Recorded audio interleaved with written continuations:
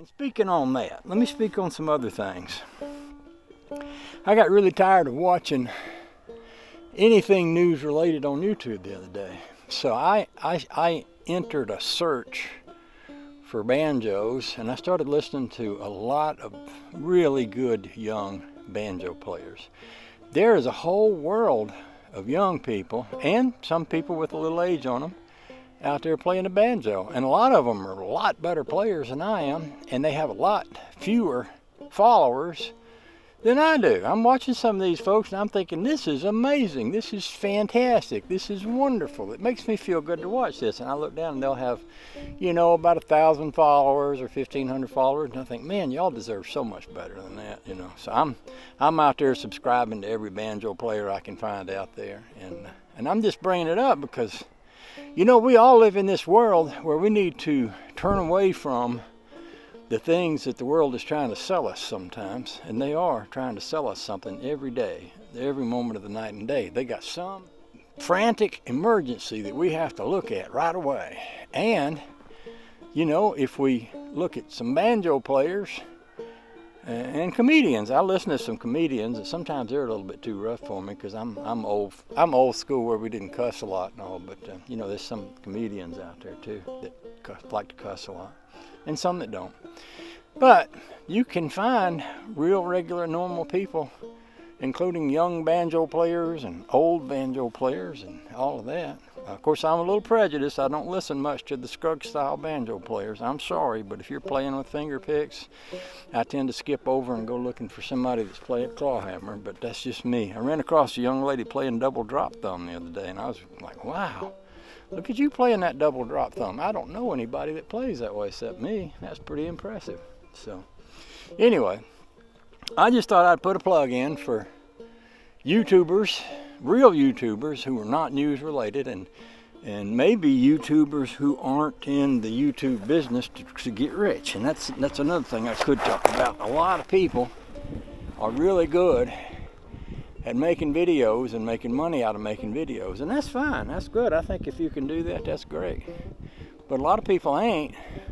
But some of the best things you can watch are from the people who aren't trying to make you help them make money. If somebody puts up a YouTube video and it's just, you look at it, and as soon as you look at it, you think, oh my gosh, what's happening? It looks like a disaster over there. I better go look at that and see what's going on. A lot of times you get over there and there ain't no disaster, just some guy working on a car, But he'll phrase it in such a way and put great big bright green letters all over it and say, hey, look, I'm ruining a good car over here. My car, this thing and that thing happened. Bad things is happening out here, and I'm about ready to give up. Come check me out. And people go look at it and they make money, and that's fine, I guess. But I'd really like to see just some person that's sitting on their porch or sitting in the red room or sitting out in the woods picking a banjo.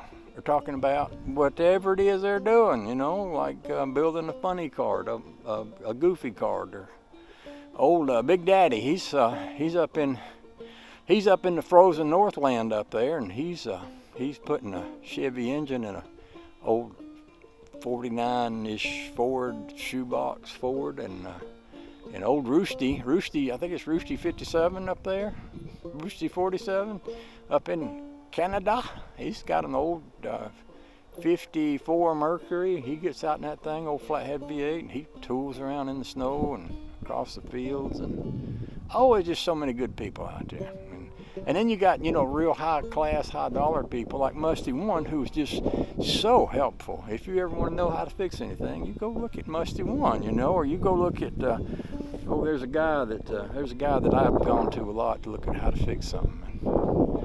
I like Vice Grip Garage, that guy. He's interesting. He's interesting to listen to.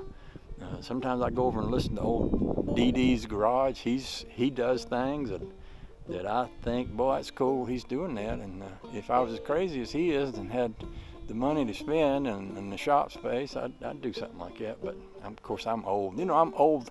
I'm past my prime. I'm past the point where, when I was young, I was taking on projects left and right. If I listed all the cars I've had and worked on and stuff down through the years, y'all would just be amazed. But you know, in my old age, I'm just really happy having one or two or sometimes three that I can turn the key and they'll crank up and I can drive them, you know. And so I'm not needing to take on a new project every week. I'm just gonna keep what I got, and one day I'm gonna come down here and paddle around and wave at the fishes in the boat, and next day I might be standing on the paddle board, and next day I might be up there building another shed to put something in, and the next day I might be going to a dance with Honey Babe. You know, that's just how I roll. I'm just a little different, You know, you got Cutworm out there. Cutworm has more projects than anybody I know all at once and at the same time. He's still got that old Triumph Herald that he was working on when I first ran across him way back when YouTube started, when it was just me and 63 Impala two-door and Cutworm and George, and we was the onlyest ones out there back then. Old George, you know what I'm talking about, old Shade Tree Fix-It Man, all them, yeah. But anyway, that's beside the point.